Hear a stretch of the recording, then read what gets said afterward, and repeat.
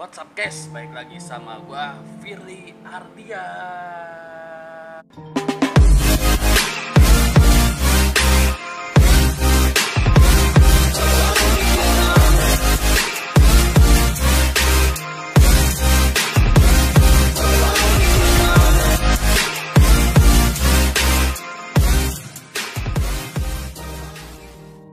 Oke, kali ini kita akan membahas tentang eksploitasi kapal Cina terhadap tenaga kerja Indonesia sebagai ABK kapal di sana.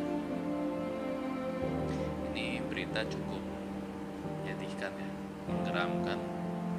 Saya juga melihatnya kesel. Karena apa? Tenaga kerja kita, tenaga kerja di Indonesia itu, tenaga kerja Indonesia di sana itu sangat direndahkan sekali, jauh dari kata makmur, sejahtera seperti itu.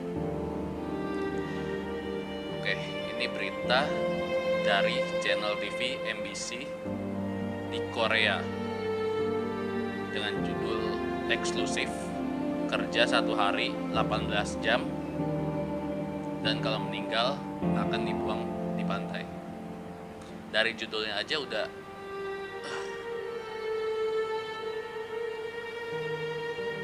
sedih sih. Ini berita dibuat tanggal 30 April ya, dan menjadi trending topik di Korea. Dan sekarang tanggal 7 Mei 2020 trending juga di Indonesia.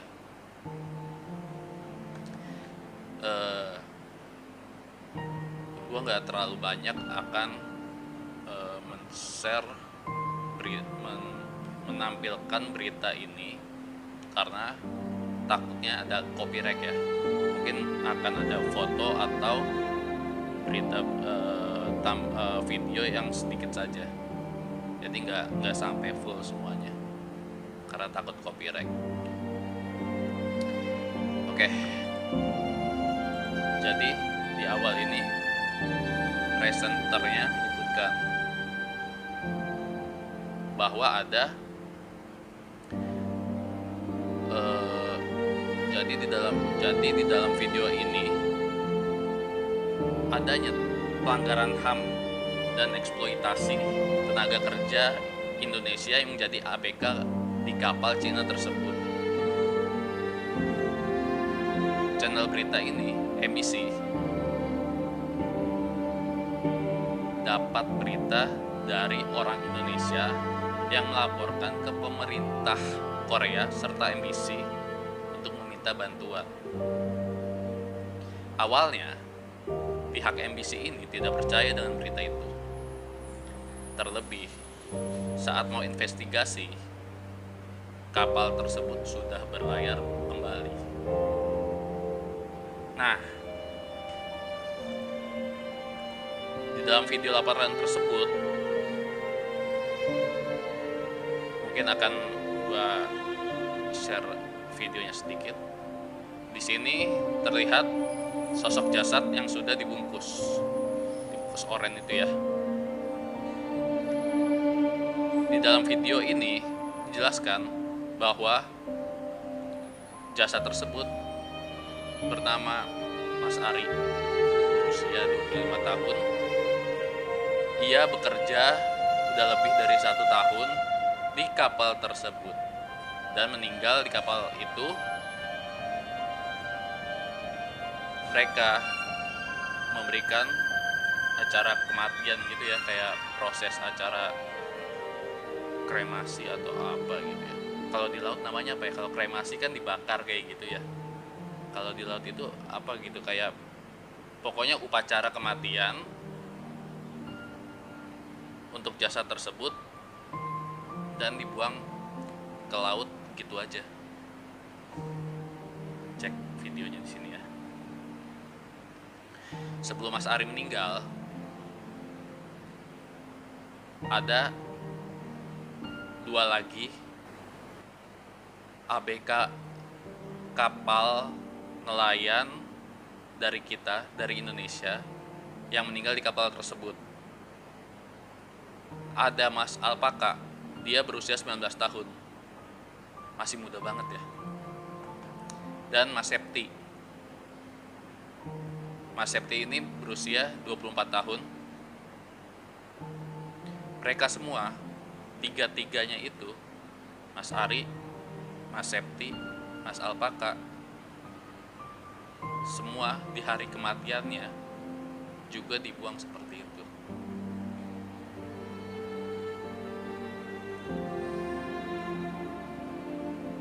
Nah, di sini ada surat pernyataan.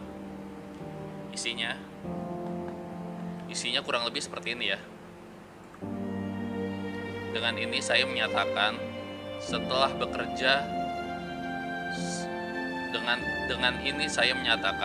berangkat kerja ke luar negeri sebagai ABK, anak buah kapal nelayan, segala resiko akan saya tanggung sendiri.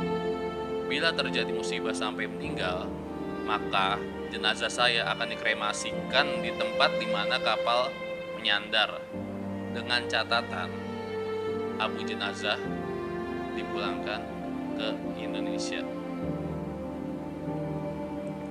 Untuk itu akan diasuransikan sebelum berangkat ke luar negeri dengan pertanggungan sebesar $10.000. Kalau kurs sekarang itu sekitar 150 juta. 150 juta kalau 15.000 ya. Kalau satu dolarnya 15.000. Sekitar 150 juta. Jadi nyawa seseorang itu diasuransikan dan akan dihargai sebesar 150 juta.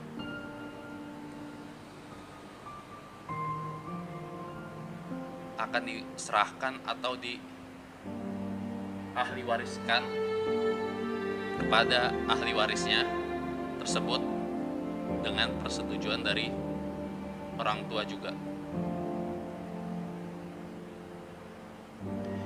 Di sini ada kesaksian juga dari salah satu nelayan kita. Dia melaporkan kalau di dalam kapal tersebut punya air mineral, tapi yang minum air mineral itu cuma ABK atau nelayan dari Cina. Sedangkan untuk ABK atau nelayan dari Indonesia itu hanya meminum air laut yang difiltrasi. Sejernih-jernihnya air laut dan bakal difiltrasi juga, pasti kurang enak lah, kurang tawar, tidak seenak air mineral gitu. Ini kacau juga sih menurut gue. Di sini juga adanya kesenjangan sosial dan diskriminasi antara nelayan Indonesia dan nelayan dari Cina, dari kapal tersebut, dari orang-orang tersebut. Miris gak sih? Dia menyebutkan juga kalau nelayan Indonesia ini kerja 30 jam disertai dengan istirahat 6 jam dengan diikat di atas pantai. Dieksploitasi tenaga mereka seperti budak yang bekerja, dan mereka tidak bisa kabur karena kemungkinan paspornya ditahan dan ada kontrak kerja yang mereka setujui, yaitu tadi surat pernyataan dan semacamnya itu. Dan ada kontrak kerja lain yang sudah ditandatangani mereka. Gila loh. Satu hari aja 24 jam. Mereka kerja 30 jam, istirahat 6 jam.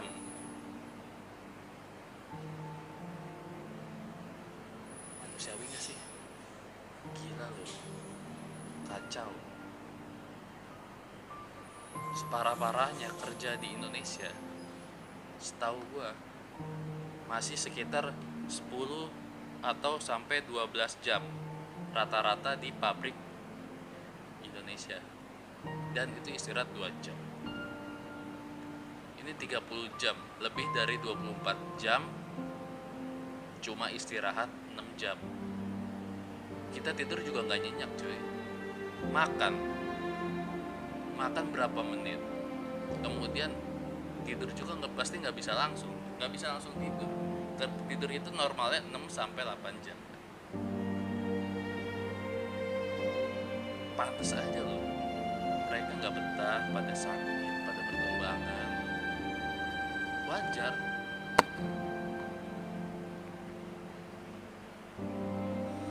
Ini, dan gilanya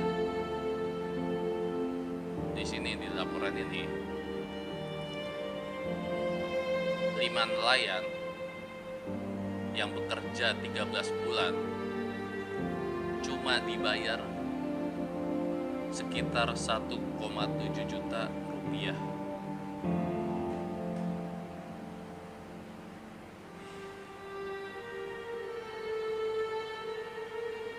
Bos, kerja freelance atau kerja di restoran atau kerja di nggak jauh-jauh lah, UMR kita atau di bawah UMR lebih dari itu.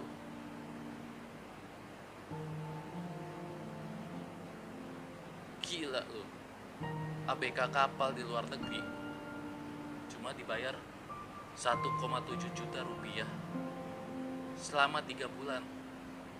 Berarti ya sekitar 100 ribuan lah, 100 ribuan lebih. Di sini biasanya kalau gaji secara UMR 100 ribu itu bisa per hari, bukan per bulan. Sadis gitu. Sadis gitu cuy.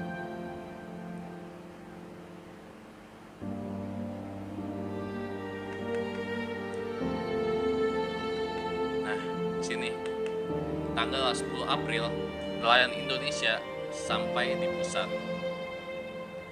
dengan pindah kapal. Berarti dia kabur dari kapal Cina tersebut, atau kemungkinan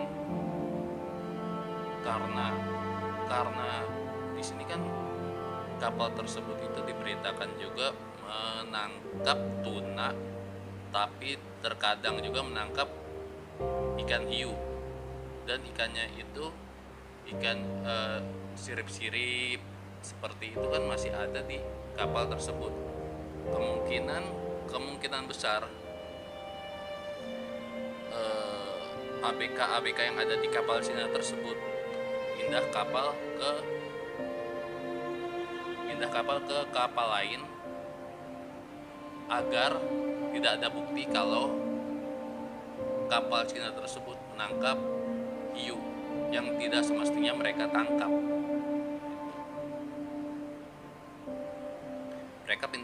Mereka pindah kapal menepi di Busan, tapi salah satu pekerjanya itu mengalami sakit dada, dibawa ke rumah sakit, tapi meninggal pada tanggal 27 April. Kemudian salah satu badan pemerintah di Korea ini mengetahui berita tersebut. Badan pemerintah di Korea ini akan melakukan investigasi kepada kapal tersebut, tapi saat akan melakukan investigasi, kapal tersebut sudah berlayar kembali dan meninggalkan nelayan dari Indonesia yang masih di Busan.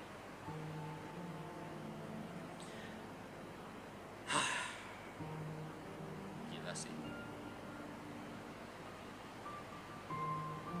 Oke, inti dari video ini yang saya upload adalah tentang masih adanya perbudakan, eksploitasi tenaga kerja Indonesia, tenaga kerja kita di luar negeri, dan ini sangat-sangat membuat mereka susah gitu. Saat ini tanggal 7 Mei, saya record tanggal 7 Mei jam 11 siang, masih belum ada tanggapan dari pemerintah tentang berita yang viral ini. Padahal di YouTube sudah jadi trending, dan di beberapa media sosial, di akun-akun besar itu sudah meng-blow up, sudah mengupload tentang berita ini, dan Bu Susi juga sudah mengetahui berita ini. Bu Susi kita, Bu Susi Pujiastuti, saya sangat respect, walaupun Anda belum nggak jadi menteri lagi, tapi saya sangat respect Anda, sangat menghargai, sangat mensejahterakan, sangat peduli terhadap nelayan Indonesia tersebut yang berada di luar negeri. Saya harap pemerintah Indonesia melalui bantuan dari pemerintah Korea yang sebagai awal pelaporan nelayan dari Indonesia ini dapat bekerja sama melalui diplomasi internasional dan dapat menangkap pemilik kapal tersebut serta membebaskan nelayan kita dan mengobati mereka yang lagi sakit, lalu membawa pulang kembali mereka ke Indonesia. Oke, mungkin gitu aja dari gua.